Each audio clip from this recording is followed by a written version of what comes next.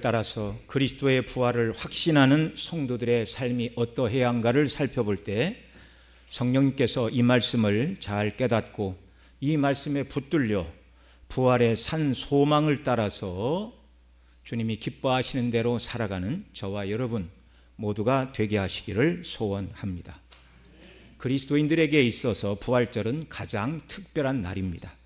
물론 예수님께서 이 땅에 구주로 오신 성탄절도 귀한 날이지만 죄인을 위하여 대속의 죽음을 죽으신 구주께서 다시 사신 부활이 없다면 성탄절에 오신 예수님은요, 세상 사람들이 말하는 것처럼 위대한 도덕 선생의 삶을 살기 위해 오신 것이 될 뿐입니다.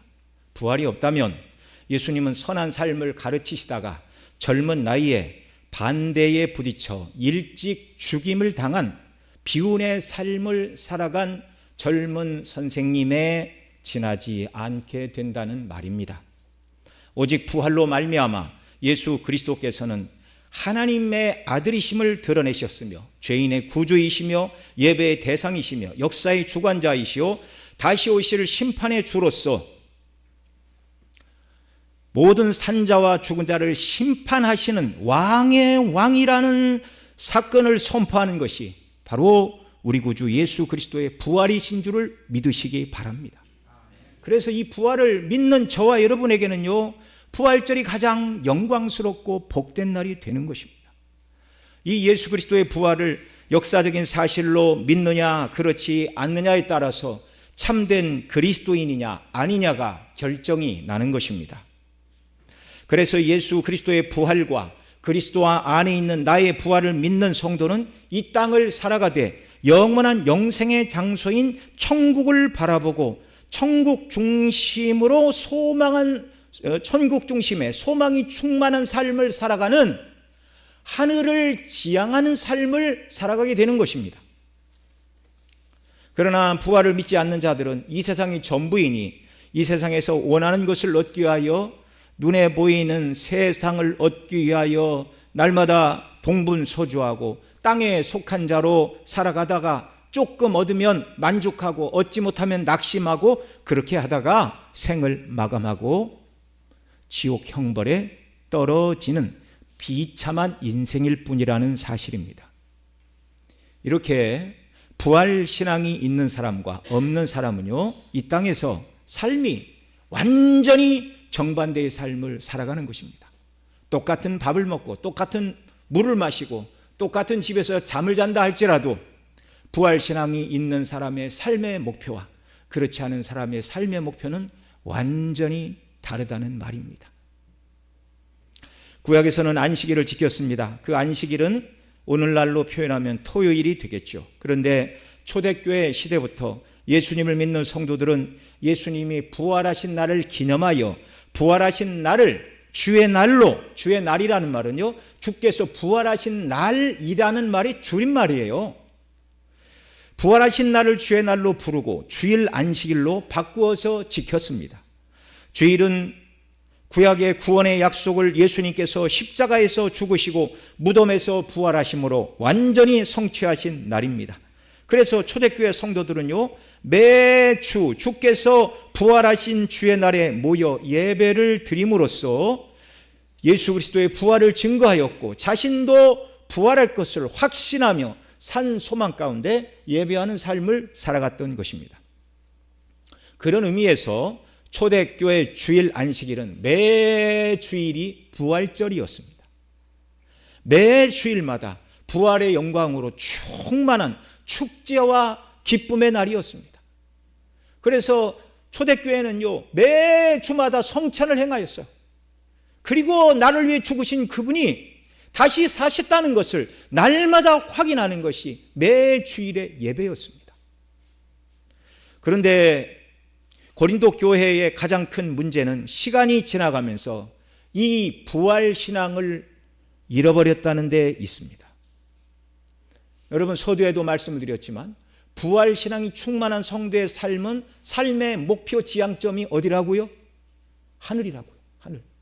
그런데 부활신앙을 잃어버리게 되면 성도들의 삶의 지향점이 하늘에서 땅으로 내려오게 되어 있습니다. 부활신앙을 잃어버리자 교회 안에 누구파 파당이 생겨났고 영지주의 영향으로 육체로 음행을 행하면서 영과 육은 따로이니 상관없다라고 말하는 도덕 방임주의자들이 나타났고, 시장에서 파는 고기를 먹을 지식이 있다고 자랑하며 사랑을 따라 행하지 않고 고기를 먹음으로 그 모든 고기들은 우상 앞에 드려졌다 시장으로 나온 거예요. 그래서 그런 고기를 먹음으로 형제를 실족하게 하는 일이 있었으며, 자신이 받은 은사를 자랑하고 은사를 받지 못한 사람을 이류 그리스도인으로 차별하였고, 부자와 가난한 자들로 나뉘어 부자들은 먼저 모여 성찬을 나누고 취하였고, 나중에 온 가난한 자들과 노예 신분의 성도들은 먹을 것이 없어 성찬에 참여하지도 못하는 차별을 당하였습니다. 교회에 주신 수많은 은사와 직임들은 주님의 몸된 교회를 섬기라고, 교회의 유익을 위하여 주신 것인 줄 알지 못하고, 나는 네가 가지지 못한 특별한 은사를 가졌다고 자랑하고 그리스도의 사랑을 따라서 행하지 않는 일들이 일어났는데, 그 모든 일들의 마지막 근저에는 부활신앙을 잃어버렸기 때문이라는 말입니다. 이것이 사도 바울이 진단한 고린도 교회의 문제점이었습니다. 그래서 고린도 전서를 쓰면서 맨 마지막 부분에 가서 이 모든 문제들을 해결할 수 있는 방편이 무엇인가? 부활신앙을 회복하는 것이다. 부활신앙에 합당한 성도가 된다면 이 모든 문제들은 따뜻한 봄에 눈 녹듯이 다 사라질 것들이다. 저와 여러분도 더욱 부활신앙으로 충만하게 될 때 누가 뭐라고 하지 않아도 하늘을 우리의 삶의 목표 지점으로 삼고 하나님이 기뻐하시는 성도로 순종하며 순례길을 살아가게 되는 줄로 믿습니다. 지난해 부활절은요, 오늘 본문 앞단락의 말씀을 살펴봤는데, 사도 바울은 그리스도의 부활은 예수님을 믿는 믿음으로 살다가 죽은 모든 성도들이 다시 살아나게 될 부활의 무엇이라고요? 첫 열매라고요. 예수 그리스도의 부활은 그리스도 안에서 죽은 모든 자들이 다시 살아나게 될 부활의 첫 열매라는 사실을 우리가 살펴보았습니다. 밭에 곡식이나 과수원의 과일이 같은 날 꽃이 피고 같은 날 수정이 되고 같은 날 한시에 다 같이 익어 추수를 하고 과일을 따는 것은 아닙니다. 모든 열매와 곡식은 맨 처음 익는 것이 있습니다. 그걸 뭐라고 부른다고요? 첫 열매라고요. 그 하나의 첫 열매가 익는 것을 통하여 아직 익지 않은 곡식과 과일도 시간이 지나면 완전하게 익어 결실하게 되고 추수하게 된다는 것을 예표해 주는 것이 바로 첫 열매입니다. 예수님 한 분이 부활하신 그 사건은 예수님을 믿는 믿음으로 살다가 죽은 모든 성도들이 어느 날에요? 예수님 다시 오시는 재림의 날에 우리도 다시 살 것을, 부활하게 될 것을 보여주시는 부활의 첫 열매라는 말입니다. 그래서 그리스도인들은 죽음이 두렵지 않은 사람들이에요. 오늘 본문은 크게 나눠보면 세 가지로 구분할 수 있습니다. 첫째는 부활이 없다면 죄사함의 세례도 소용이 없는 것이다. 둘째로 부활의 소망 때문에 사도 바울은 날마다 위험을 무릅쓰고 날마다 죽는다라고 고백하고 있습니다. 셋째로 이 부활 신앙을 가진 성도의 삶은요, 부끄러운 죄를 짓는 삶이 아니라 선한 행실, 곧 의를 행하는 삶이라는 것을 오늘 짧은 본문 속에서 가르쳐주고 있습니다. 먼저 오늘 본문 29절에서 죽은 자의 부활이 없다면 죄사함의 세례를 받는 것은 아무런 의미가 없는 일이다라는 것을 가르쳐주고 있습니다. 자, 오늘 본문 29절 같이 읽죠. 시작. 만일 죽은 자들이 도무지 다시 살지 못하며 죽은 자들을 위하여 세례받는 자들이 무엇을 하겠느냐? 어찌하여 그들을 위하여 세례를 받느냐? 아멘. 여러분, 부활이 없다 그 말은 죽은 다음에 내세가 없고 영생도 없다는 말입니다. 그렇다면 이 땅에서 예수님 믿음으로 죄사함 받았음을 상징하는 세례가 아무런 의미도 없게 된다, 이걸 말씀하고 있습니다. 오늘 29절은요 난의 구절입니다. 어느 부분이 난의 구절이냐면 죽은 자들이 도무지 다시 살지 못하면 죽은 자들을 위하여 세례받는다라는 말, 죽은 자들을 위하여, 이 위하여라는 한 단어 때문에 성경에서 가장 해석하기 까다롭고 어려운 구절이 되었습니다. 이 말씀을 문자적으로 읽으면 죽은 자들을 위하여 세례받는 자들이 있다라는 말인데, 이것은 대리 속죄가 되겠죠. 노마교의 면죄부를 떠올리게 하는 말입니다. 그러나 죽은 자들을 위하여 세례를 받는다는 말은 성경 전체의 교훈과 비추어 볼 때 절대로 그렇게 해석할 수 없는 내용입니다. 그래서 어떤 분들은요, 사도 바울이 당시 죽은 자들을 위하여 세례받는 자들이 있었는데 사도가 죽은 자들을 위하여 세례받는 것을 언급한 것은 이런 행동이 옳다고 지지하는 것도 아니고 권장하는 것도 아니고, 다만 부활이 없다면 그러한 행위를 하는 행위 자체가 무의미하다는 것을 강조하기 위한 논증으로 이 말을 한 것이다, 이렇게 해석을 합니다. 한편 일리가 있죠. 그러나 이 신칭이 성도 개개인이 예수님 믿음으로 말미암아 구원 얻는 복음 진리를 증거한 사도가 죽은 자들을 위하여 세례를 받는다는 말을 한마디도 비평하지 않고 이 말을 인용했다고 보기는 어렵습니다. 여러분, 사도 바울이 가르치는 구원은 각 사람이 예수님을 믿음으로 구원 얻는 이신칭의, 이것이 사도 바울이 가르치는 구원의 핵심 교리지 않습니까? 세례는 무엇이에요? 세례를 받는다고 구원받는 게 아니에요. 세례는 그 사람이 구원받을 만한 믿음이 있는가를 문답하고 자기 입으로 예수님을 믿는다고 고백하니 구원받을 만한 믿음이 있다는 것을 외적으로 인치는 표가 물세례일 뿐이에요. 믿지 않는 자들에게 아무리 물세례를 100톤을 갖다 붓는다 할지라도 그 사람이 구원받는 거 아닙니다. 그래서 두 번째 해석은요, 여기 위하여라는 단어가 헬라어로 휘페르인데 이 단어에는 위하여라는 뜻만 있는 것이 아니라 뭐뭐 위에라는 뜻도 가지고 있습니다. 그러니까 뭐뭐 위에로 읽으면 죽은 자들이 다시 살지 못하면 죽은 자들 위에서 세례를 받는 것이 무엇을 하겠느냐, 어찌하여 죽은 자들 위에서 세례를 받겠느냐, 이렇게 이제 해석이 되겠죠. 자, 여기 죽은 자들 위에서라는 말은 죽은 자들의 무덤 위에서 세례를 주기도 하고 세례를 받았다라는 해석이 되겠습니다.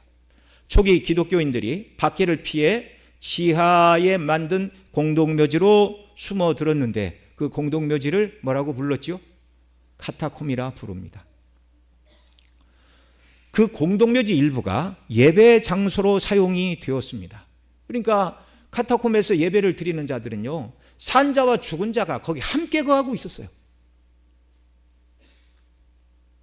그 카타콤의 그 바닥에는 죽은 자들을 묻어놓고 그 위에 사람들이 다니며 그 위에서 예배를 드리기도 했다, 그런 말이죠. 시대가 좀 다르기는 하지만 영국, 프랑스, 독일 등 중세시대에 세워진 예배당 바닥 아래에 성직자와 귀족들을 장사한 무덤이 있었습니다. 우리 교회는 이렇게 동일한 타일만 깔려 있는데요, 중세시대에 지어진 교회에 가면 그 타일 바닥에 이렇게 그림들이 있어요. 이렇게 길쭉하게. 그게 뭐냐면 거기에 누가 묻혔다라는 표시입니다.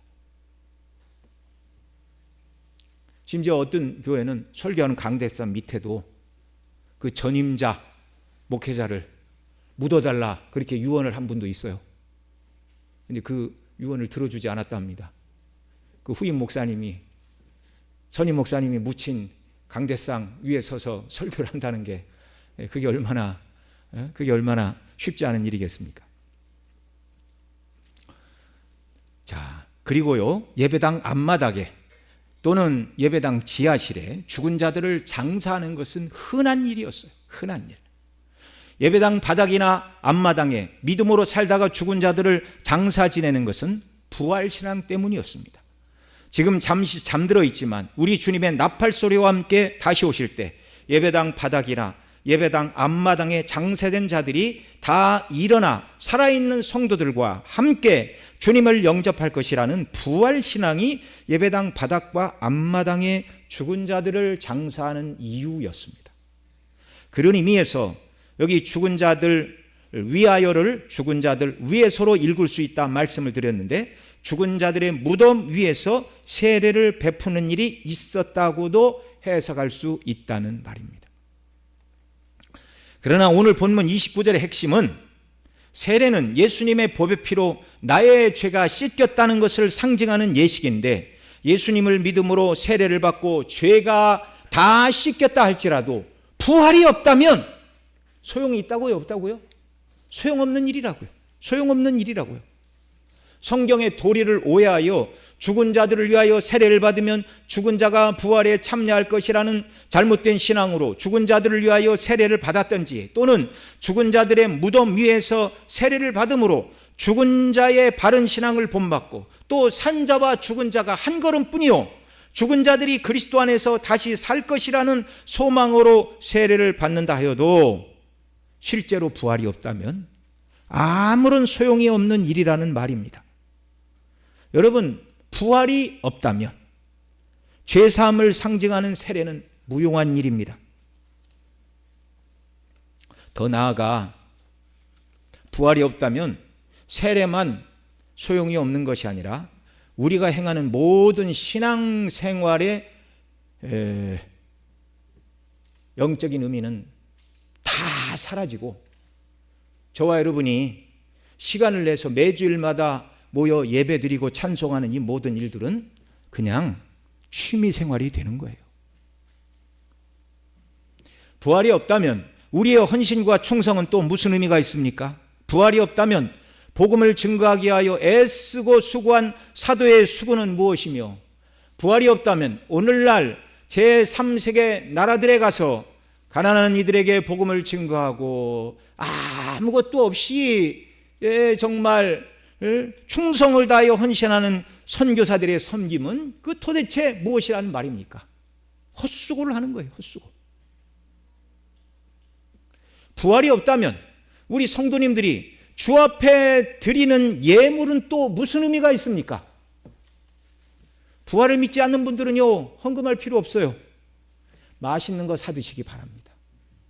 그러나 하나님의 아들이시오 참 사람이신 우리 주 예수 그리스도께서는 육체를 입고 이 땅에 오신 목적인 십자가에서 대속의 피를 흘려 죽으심으로 구속을 완성하시고 무덤문을 여시고 사흘 만에 부활하시고 40일 후에 승천하셨고 부활의 첫 열매가 되사 그리스도 안에 있는 모든 자들을 주께서 다시 오시는 날 부활하게 하시는 줄을 여러분 믿으시기 바랍니다. 그 부활 가운데 저와 여러분도 다 포함이 되어 있는 거예요. 그날에 주님 다시 재림하시는 그날에 사랑과 수고로 섬긴 모든 일들에 대하여 우리 주님께서는 상급으로 갚아주실 것입니다. 착하고 충성된 종아, 내가 작은 일에 충성하였으니 내 주인의 즐거움에 참여할지어다 말씀하시고 부활의 산소망을 따라 살아간 저와 여러분 모두를 영원한 영생의 나라로 인도하여 주와 함께 교통하는 복락을 허락해 주실 줄 믿으시기 바랍니다. 이 소망으로 오늘 우리가 여기 모여 예배드리는 거예요. 둘째로 오늘 본문 30절로 32절 상반절에서 사도 바울은 부활의 산 소망 때문에 자신은 죽음의 위협을 무릅쓰고 하루하루를 지금껏 살고 있다고 고백하고 있습니다.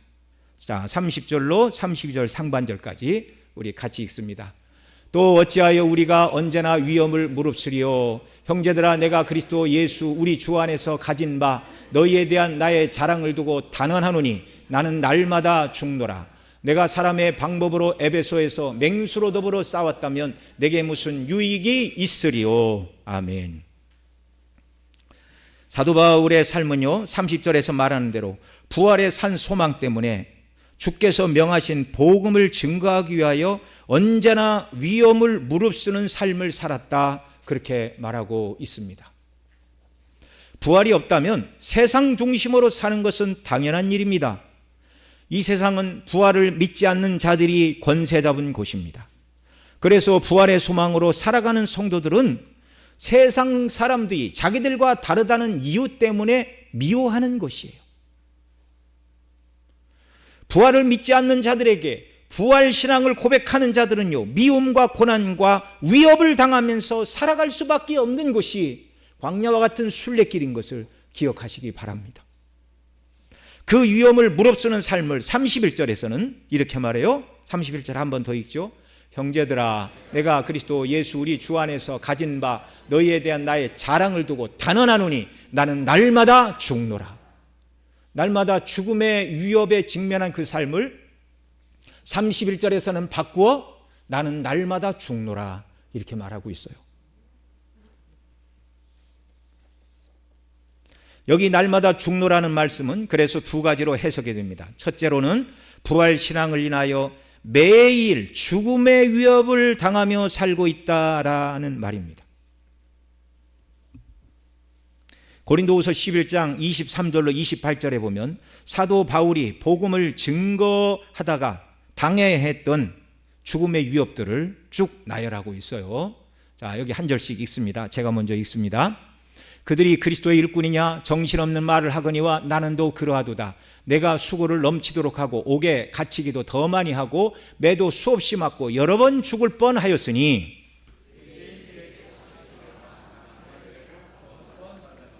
세 번 태장으로 맞고 한 번은 돌로 맞고 세 번 파선하였고 일주야를 깊은 바다에서 지냈으며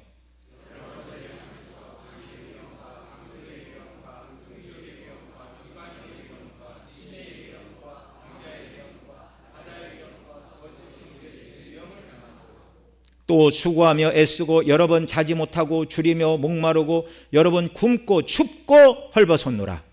이 외의 일은 고사하고 아직도 날마다 내 속에서 눌리는 일이 있으니 곧 모든 교회를 위하여 염려하는 것이라. 자, 이 사도 바울은요, 복음을 증거하다 옥에도 갇히고 매도 수없이 맞고 여러 번 죽을 뻔했다 말하는데 유대인에게 40에 하나 감한 매, 유대인들은 39대까지만 때렸어요. 왜냐하면 40대를 때리면 죽는 줄 알았기 때문에 40에 하나 감한 39대 매를 몇 번 맞았다고요? 5번. 여러분, 이 매를요, 그냥 지금은 진짜 이 체벌이 없어졌지만 저 학교 다닐 때도 숙제 안 해오면 선생님들이 회초리로 손바닥이나 종아리를 때리던 그런 매가 아닙니다. 한 대 맞으면 피가 터지고 뼈가 부러지는 매예요. 그런 매를 40에 감한 매를 5번 맞았고 또 3번 태장으로 맞고, 이건 로마인의 형벌입니다. 이방인 지역에서 복음을 증거하다가 또 한 번은 돌에 맞았어요. 3번 파선하였고 일주야를 깊은 바다에서 지냈고 여러 번 강도의 위험, 동족의 위험, 이방인의 위험, 시내와 광야와 바다와 거짓 형제로 인하여 위험을 당하였고 또 수고하고 자지 못하고 굶주리고 목마르고 헐벗은 몸으로 추위와 싸웠다고 말씀하고 있습니다. 무엇 때문에요? 복음을 증거하기 위해서. 그러면 그 복음은 왜 증거했습니까? 부활의 산 소망 때문에. 이 말씀을 통하여 사도 바울은 예수 그리스도가 나의 구주요, 주님 다시 오시는 날 내가 죽어도 다시 살고 주와 더불어 영원히 천국에서 살 줄을 믿습니다라고 고백하는 모든 성도들에게 그러한 믿음이 있다면 그리스도의 고난에 너도 동참해야 된다라고 가르쳐 주시는 말씀입니다. 오늘 본문 32절 상반절에서는 내가 사람의 방법으로 에베소에서 맹수와 더불어 싸웠다면 내게 무슨 유익이 있으리요 라고 말하고 있습니다. 이 말은요, 로마 시민권자인 바울이 검투사들처럼 실제로 칼을 들고 맹수, 사자와 더불어 싸웠다 그런 말이 아니에요. 에베소에서 맹수와 같은 자들과 더불어 싸우기는 싸웠는데 실제 맹수가 아니라 맹수처럼 복음을 증거하는 사도 바울을 잡아먹고 핥히고 상처내고 쫓아내기 위하여 대적하는 그 대적들을 육신적인 원리로 그들과 싸우지 않았다는 말입니다. 그 에베소에 보면 그 아데미 여신을 만든 그 은장색들이 폭동을 일으켰죠. 크다 에베소인의 아데미여. 한두 사람이 그러니까 그 온 도시가 왜 그 말이 시작됐는지도 모르고 태반이나 그냥 크다 에베소 사람이 아데미여, 그리고 폭동을 일으켰고 사도 바울을 잡아서 죽이려고 하였습니다. 얼마나 거기서 당했던 고난이 컸는가? 맹수와 더불어 싸웠다면 이렇게 말하는데, 맹수의 위협을 당하였지만 그들이 욕하는 대로 욕하지 않았고 돌을 던지는 대로 돌을 던지지 않았고 복음을 인하여 핍박을 받았으나 위협을 무릅쓰고 살았을 뿐만 아니라 그 위험과 고난을 참고 인내함으로 싸웠다는 말입니다. 사도 바울이 이런 삶을 살아간 것은 부활의 산 소망 때문이었습니다. 그래서 나는 날마다 죽노라 라는 말씀의 첫 번째 의미가 30절에서 말씀하고 있는 대로 언제나 위험을 무릅쓴 삶을 살았다는 말입니다. 자, 무엇 때문에요? 부활신앙 때문에. 부활의 날 자신을 구원하시기 위하여 죽으셨다가 다시 사신 구주 예수 그리스도를 배울 그 소망으로, 나를 위하여 죽으신 주님 앞에 주님 다시 오시는 날 나도 부활하고 주님이 입으신 영화로운 몸을 입고 주 앞에 서게 될 것인데, 그때 내가 주 앞에 서서 무슨 말을 할까? 또한 그 주님으로부터 잘했다 칭찬과 주께서 주실 상급을 바라보고 사도 바울은 날마다 위험을 무릅쓰고 복음을 증거하고 예수 그리스도가 부활의 주이심을 증거하며 하루하루를 살았다는 말입니다. 둘째로, 나는 죽노라는 이 말씀은요, 그리스도를 위해서, 주님의 몸된 교회를 위해서, 복음이 증거되는 일을 위해서 찾아오는 죽음의 위협이 있다면 기꺼이 죽을 각오가 되어 있다라는 말입니다. 죽을 각오를 가지고 날마다 살고 있다, 그런 말입니다. 사도 바울이 이 각오를 우리가 어디서 확인할 수 있죠? 사도행전 21장 11절로 14절에 보면 예루살렘을 향하여 갈 때 가이사라에 가서 빌립의 집에 들어갔을 때 유대로부터 아가보라는 선지자가 내려와 이렇게 예언을 합니다. 자, 11절로 14절 여기도 한 절씩 읽습니다. 우리에게 와서 바울의 띠를 가져다가 자기 수족을 잡아매고 말하기를 성령이 말씀하시되 예루살렘에서 유대인들이 이같이 이 띠 임자를 결박하여 이방인의 손에 넘겨주리라 하거늘,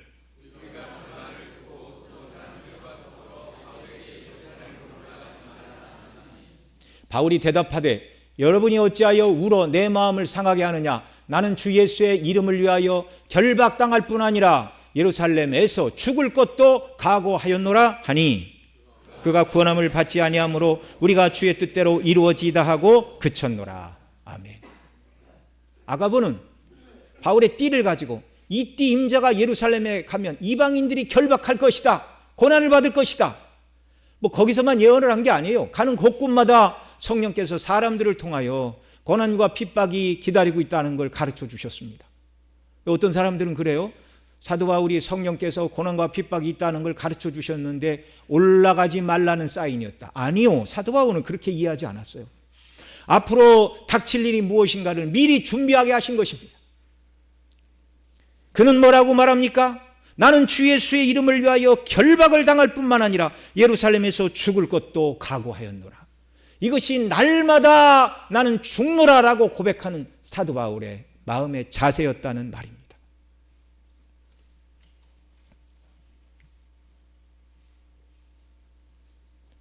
자, 왜 이렇게 고백하죠? 죽어도 다시 살 산 소망으로 충만했기 때문입니다. 죽어도 다시 사는 부활신앙이 아니라면 절대로 할 수 없는 말입니다.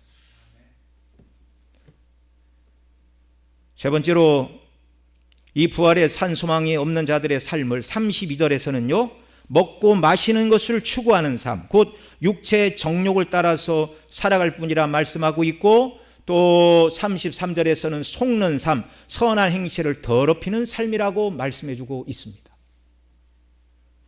부활의 산 소망을 가진 사람은 하늘을 중심으로 날마다 복음을 증거하다가 찾아오는 위협을 무릅쓰고 죽음을 각오하고 복음 증거하고 주의 이름과 영광을 위해 살아가지만, 이 소망이 없는 자들의 삶은 무엇이라고요? 먹고 마시는 삶이고 사단 마귀에게 속아 사는 삶이고 선한 행실을 더럽히는 죄악된 삶을 살아갈 뿐이라는 말입니다. 자, 32절 하반절로 33절 같이 읽죠. 죽은 자가 다시 살아나지 못한다면 내일 죽을 터이니 먹고 마시자 하리라. 속지 말라. 악한 동무들은 선한 행실을 더럽히나니. 자, 여기 32절에서 죽은 자가 다시 살아나지 못한다면, 이 말씀은 부활의 산 소망이 없다면 이라는 말로 바꿀 수 있어요. 그러면 내일 죽을 터이니 먹고 마시자. 물론 여기 말하는 내일은 24시간 후에 내일을 말하는 것이 아니라 곧 다가올 이 땅에서의 마지막 날을 말하는 것입니다. 부활이 없다면 이 땅에서 잠시 살다가 죽으면 끝이니, 이 땅에서 사는 동안 먹고 싶은 것이 있으면 꼭 먹어야 되고, 맛보고 싶은 것이 있으면 맛봐야 되고, 인생을 즐기다가, 인생을 엔조이하다가, 쾌락을 누리다가 죽는 것 말고 무슨 소망이 있겠습니까? 그러니 죽기 전에 오늘 이 땅 바로 여기서 먹고 마시자. 이게 부활 소망이 없는 자들의 삶이에요. 오늘 저와 여러분의 삶은 어떻습니까? 먹고 마시자라는 것이 우리 삶의 유일한 목표라면 정말 부활 신앙이 나를 주관하고 있는가? 한번 돌이켜봐야 돼요. 이 모습이 그리스도 밖에 있을 때, 하늘에 산 소망이 없을 때 저와 여러분들의 삶이 이것이었습니다. 오늘도 하늘에 소망이 없고 눈에 보이는 세상에서 먹고 마시는 것이 인생의 제일의 목표라고 느끼는 분이 계시다면, 하나님의 성령께서 긍휼을 베풀어 주셔서 하늘나라를 바라보는 눈을 열어주시기를 바라고, 죽음에서 예수께서 부활하셨다는 이 부활의 산 소망이 진리이고 이것을 믿고 거듭나는 은혜 베풀어 주시기를 소원합니다. 여러분, 먹고 마시는 이 삶은요, 속는 삶이에요. 누구에게 속는다고요? 사단 마귀에게 속은 삶이에요.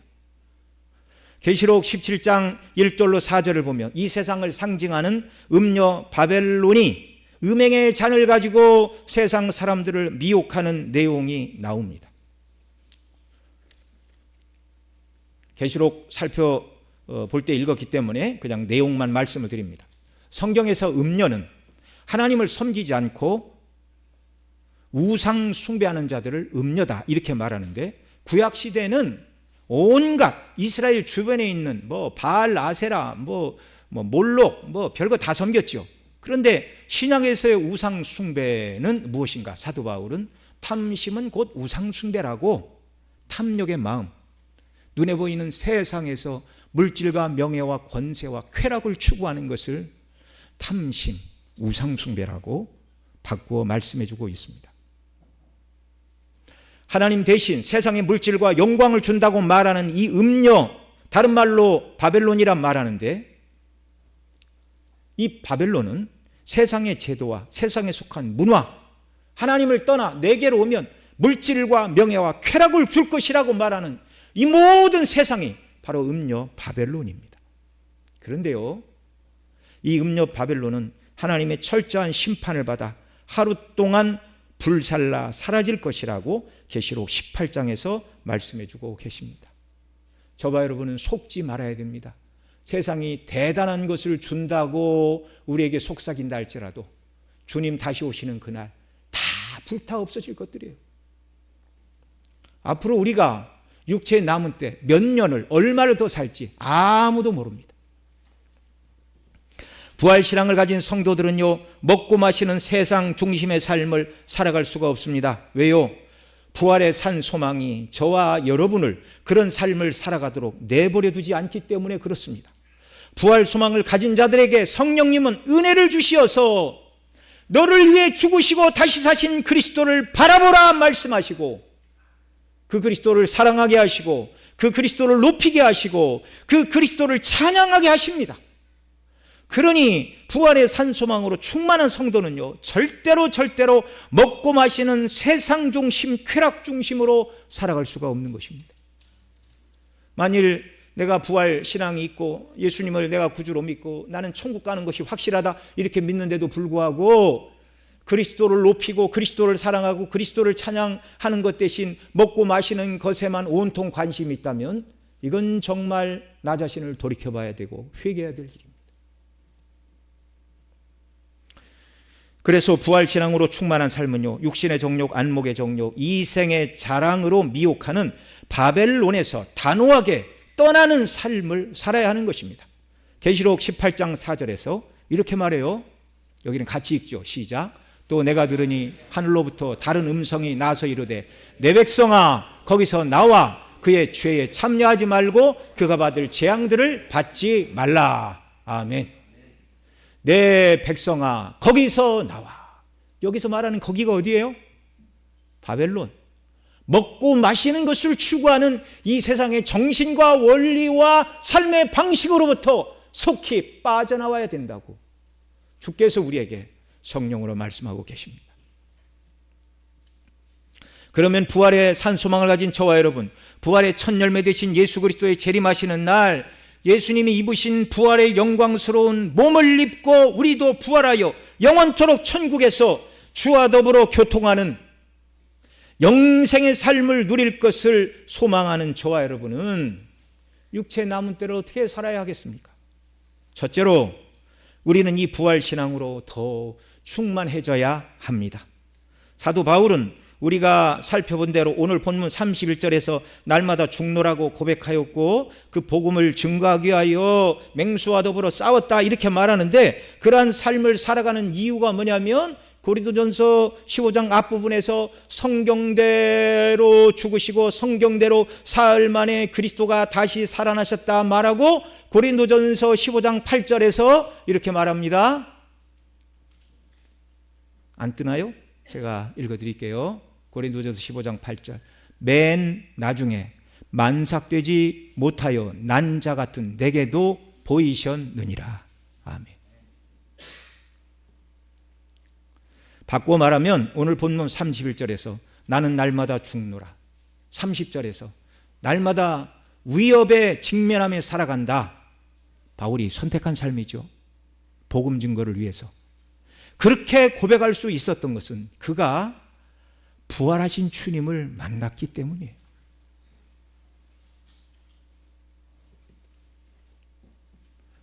이사야서를 보면 성전에 가득한 하나님의 임재의 영광을 체험한 이사야에게 누가 우리를 위하여 갈고 그럴 때 제가 가겠습니다. 나를 보내소서. 그러나 네가 가서 전해도 백성들이 듣지 않을 것이다. 외쳐도 듣지 않는 자들에게 가는 것이 쉬운 일이 아니에요. 그런데 성전에 가득한 여호와의 영광을 본 이사야는 담대히 나아갔어요. 그리고 애굽과 구수가 멸망하여 포로로 잡혀갈 것, 그러니 그런 나라를 의지하지 말라고 백성들에게 몸으로 보여주라고 벗은 몸과 벗은 발로 3년을 살아가라 명하셨는데 그대로 순종했어요. 다 큰 어른이 속옷만 입고 신발도 신지 않고 3년을 산다는 게 어디 그리 쉬운 일입니까? 그런데 성전에 가득히만 여호와의 영광을 보았기 때문에 하나님께서 무엇을 명하셔도 행할 수가 있었어요. 오늘 본문의 사도 바울이 날마다 죽는 삶을 살아갈 수 있었던 것은 부활하신 주의 영광을 그가 목격했기 때문입니다. 저와 여러분 모두도 부활의 주님의 영광으로 충만한 자들이 되시기를 소원합니다. 계시가 완결된 시대 이후로는요, 아무도 부활하신 그리스도를 육체로 볼 수 없어요. 그러니 밤에 자면서 이 밤의 꿈속에 부활의 주님 내게 나타나 주시옵소서 수많은 사람이 기도했겠죠. 그러나 저는 아직 살아있는 사람 중에 부활의 주님을 봤다고 고백하는 사람을 만난 적은 없습니다. 오늘 저와 여러분은요, 부활하신 예수님을 성경을 통해서 만날 수 있습니다. 성경을 읽을 때, 기록된 말씀 속에서, 성경을 강론하는 말씀을 들을 때, 들리는 말씀 속에서, 성찬을 행할 때 보이는 말씀 속에서 우리는 우리를 위해 죽으시고 다시 사신 예수 그리스도를 만나는 것입니다. 그리고 간절히 기도하여 그리스도의 십자가의 대속의 죽으심과 사랑, 부활의 영광과 능력에 대하여 온전히 깨닫고 확신하는 은혜를 달라고 간구할 때 성령님께서 저와 여러분 모두에게 이 부활의 영광으로 충만케 하실 줄 믿습니다. 이 부활의 영광으로 충만해야 오늘 본문이 증거하는 대로 부활 신앙에 합당한 성도의 삶을 살아갈 수가 있는 것입니다. 둘째로 우리에게 이 부활 신앙이 있다면 사도 바울처럼 부활의 소망을 인하여 저와 여러분 모두도 날마다 죽노라 라고 선언하는 삶을 살아야 마땅한 것입니다. 이렇게 말씀드리면 어떤 분들은 우리는 사도가 아닌데, 나는 사도가 아닌데 부활한 주님을 눈으로 목격한 자가 아닌데 나도 날마다 죽어야 됩니까? 이렇게 묻는다면 우리가 날마다 죽는 것은 저와 여러분을 향한 주의 뜻이라고 성경은 대답하고 있습니다. 어디에서요? 마태복음 16장 24절 같이 읽습니다. 시작. 이에 예수께서 제자들에게 이르시되 누구든지 나를 따라오려거든 자기를 부인하고 자기 십자가를 지고 나를 따를 것이니라. 여기 24절에 누구든지 나를 따라오려거든, 그러니까 예수님을 구주로 믿고 예수님의 제자가 되기를 원하고 구원받은 성도로 살기를 원한다면 어떻게 해야 된다고요? 자기를 부인하고 자기 십자가를 지고 나를 따르라. 이 말이 뭐예요? 나는 날마다 죽노라. 나 자신은 죽었고 그리스도로 산다라는 것을 고백하고 살아야 된다라는 말씀이에요. 나를 구원하신 구주께서 누구든지 나를 따라오려거든 자기를 부인하고 십자가를 지고 나를 따르라 명하셨습니다. 자기를 부인하고 자기 십자가를 지는 것, 바로 날마다 죽노라라고 고백한 사도 바울의 삶입니다. 누가 이렇게 살 수 있어요? 부활신앙으로 충만한 삶만, 성도만 이런 삶을 살 수가 있는 것입니다. 겉으로 보면 이것은 자기를 부인하고 자기 십자가를 져야 되기 때문에 세상 가운데서 손해보는 삶이에요. 자기의 권리와 자기의 이익을 다 주장하지 못할 수도 있습니다. 주님의 영광 때문에, 이름의 영광 때문에 싸울 일도 참아야 되고 양보할 때도 있는 것입니다. 그런데 여러분, 이것이 그렇게 큰 손해가 아닌 것을 기억하시기 바랍니다. 바로 그 다음 절 25절에서 뭐라고 그래요? 같이 읽습니다. 누구든지 제 목숨을 구원코자 하면 잃을 것이요 누구든지 나를 위하여 제 목숨을 잃으면 찾으리라. 여기 제 목숨을 구원하는 일이 세상에서 자기 권리와 이익과 명예와 다 추구하는 것, 앞서 드린 말씀대로 하면 먹고 마시는 삶을 살아가는 것, 그것이 뭐예요? 제 목숨을 구원코자 하는 것인데 그렇게 살면 영원히 목숨을 잃는데요. 그러나 주님을 위하여 제 목숨을 잃으면, 자기를 부인하고 자기 십자가를 지는 걸 24절에서 자기 십자가를 지고 자기를 부인하고 자기 십자가를 지고 예수님을 따르는 걸 25절에서는 나를 위하여 제 목숨을 버리는 것, 날마다 죽는 삶이라고 사도가 말하고 있는데, 그렇게 살면 어떻게 돼요? 찾으리라. 그 목숨을 찾으리라. 여기서 찾는다는 이 목숨은요, 영원한 영생의 삶인 줄을 믿으시기 바랍니다. 저 여러분이 살고 있는 이 세상은 영원한 영생의 나라인 새하늘과 새 땅과 비교해 보면 이 땅이 아무리 좋은 환경이라 할지라도 광야와 같은 곳입니다. 천국과 비교하면 이 땅은 뭐라고요? 먼지 풀풀 날리는 돌뿌리와 그 다음에 약간의 마른 땅에 약간의 이런 풀들이 조금씩 묵어져 있는 그런 광야일 뿐이라는 것입니다. 이 땅에서 아무리 많은 물질과 명예와 권세를 누려 성공한 삶이라 자부한다 할지라도 천국에서 누릴 영원한 영생에 비하면 이 땅은 광야이고 잠시 왔다 가는 나그네 길인 것을 마음에 다시금 새기시기 바랍니다. 영원한 천국의 영생에 비하면은요, 이 땅에서의 삶은 버스가 왔다가 잠깐 멈추고 기다렸다가 손님 태우고 출발하는 버스 정류장과 같을 뿐이에요. 이 땅은 영구한 거처가 아닙니다. 잠시 머물다 가는 광야길, 부활 소망으로 충만하여 주님은 저와 여러분에게 자기를 부인하고 자기 십자가를 지고 나를 쫓는 삶, 곧 제 목숨을 잃는 삶을 이 땅에서 살아가면 영원한 생명을 얻을 것이라 말씀해 주고 계십니다. 그 다음 33절로 34절에서는 부활신앙으로 충만한 삶은 선을 행하고 깨어 의를 행하는 삶이라고 말씀하고 있습니다. 오늘 본문 33절 34절 같이 읽습니다. 시작. 속지 말라. 악한 동무들은 선한 행실을 더럽히나니 깨어 의를 행하고 죄를 짓지 말라. 하나님은 알지 못하는 자가 있기로 내가 너희를 부끄럽게 하기 위하여 말하노라. 아멘. 여기서 깨어 의를 행하고 죄를 짓지 말라고 하십니다. 성경에서 의의 기준은 하나님이세요. 하나님의 거룩하신 성품과 뜻에 일치하는 것이 의입니다. 이 의로운 상태에서 하나님이 명하시고 기뻐하시는 일을 행하는 것, 이것이 선한 행실입니다. 선한 행실이란 말에서 선하다라는 단어는 헬라어로 크레스토스라는 단어를 여기는 쓰고 있어요. 제가 여러 번 선하다라는 성경의 뜻을 가진 신약의 단어가 아가토스라고 여러 번 말씀을 드린 바가 있습니다. 그 아가토스는 뭐였지요? 선하신 하나님을 닮는 것을 아가토스, 선이라 말씀을 드렸는데, 여기 사용된 우리말로 선하다로 번역된 크레토스는 예수 그리스도께서 베풀어 주시는 용서, 자비, 친절을 나타내는 단어입니다. 그래서 이 단어가 에베소 2장 7절에서 이는, 같이 읽죠. 시작. 이는 그리스도 예수 안에서 우리에게 자비하심으로써 그 은혜의 지극히 풍성함을 오는 여러 세대에 나타내려 하심이라. 여기 예수 안에서 우리에게 자비하심으로써 라고 말할 때 자비하심으로 번역된 단어가 오늘 본문의 선한 행실과 똑같은 크레도스라는 단어를 사용하고 있습니다. 이 단어가 디도서 3장 4절에서는 이렇게 쓰였어요. 자, 여기도 같이 읽죠. 시작.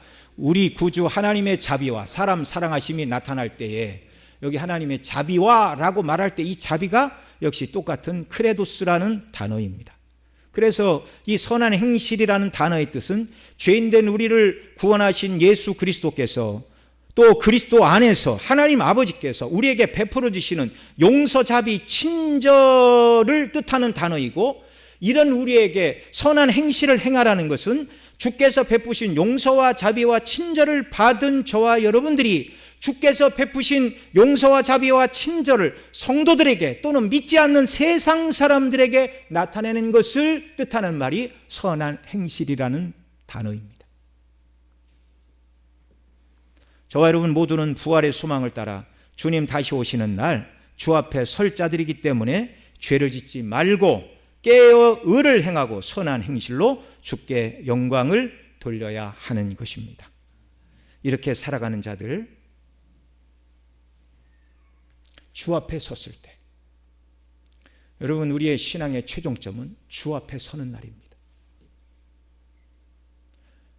나이가 들어 언젠간 우리도 이 세상을 떠나게 될 터인데, 죽음이 가까이 오게 되면, 죽음을 피할 수 없는 그때가 되면 하나님 살려달라 말하지 말고 사랑하는 주 앞에 담대히 서는 은혜를 달라고 기도하시고, 나를 위해 죽으신 사랑하는 주 예수 그리스도를 뵙기를 원합니다. 이 땅보다 주의 얼굴을 뵙는 천국의 삶이 영원한 삶인 줄을 믿습니다라고 진실로 고백하는 참된 신앙인들로 무장되기를 바랍니다. 그래야 죽음이 두려움이 없는 거예요. 그날 우리 구주를 배웠을 때 주께서 죄를 짓지 않고 깨어 의를 행하고 선한 행실로 주께 영광 돌린 저와 여러분들을 향하여 주께서 잘했다 칭찬하시고, 내가 작은 일에 충성하였으니 내 주인의 즐거움에 참여할지어다 말씀하시고, 주인의 즐거움 곧 하나님 아버지와 예수 그리스도와 더불어 누리는 생명의 교통, 영원한 영생으로 저와 여러분을 초대해 주실 줄 믿으시기 바랍니다. 오직 부활신앙만이 죄악된 본성과 세상의 유혹을 이기고 사단의 유혹을 이기고 그리스도와 그 복음을 위해서 날마다 위험을 무릅쓰고 사명을 감당하기 위하여 자기를 부인하고 자기 십자가를 지고 하나님의 뜻과 성품에 일치하는 의를 이루기 위하여 예수님께서 베풀어 주신 용서와 사랑의 정신을 가지고 선을 행하는 자들로 살아갈 수 있다는 말입니다. 부활의 산 소망을 가진 저와 여러분 모두는 육체의 남은 때를 이런 모습으로 살아가는 자들이 되시기를 간절히 소원합니다. 우리 들은 말씀 붙들고 함께 기도하겠습니다. 하나님 아버지, 내게 베푸신 은혜, 이 얼마나 큰 은혜인가요? 정말 부활의 첫 열매 되신 예수 그리스도 안에서 저도 주님 다시 오시는 날 부활하게 되고 주와 더불어 영생에 참여하게 될 줄로 믿습니다. 이 소망을 가진 사도 바울은 날마다 위험을 무릅썼습니다. 복음 때문에 날마다 나는 죽노라 고백하였습니다.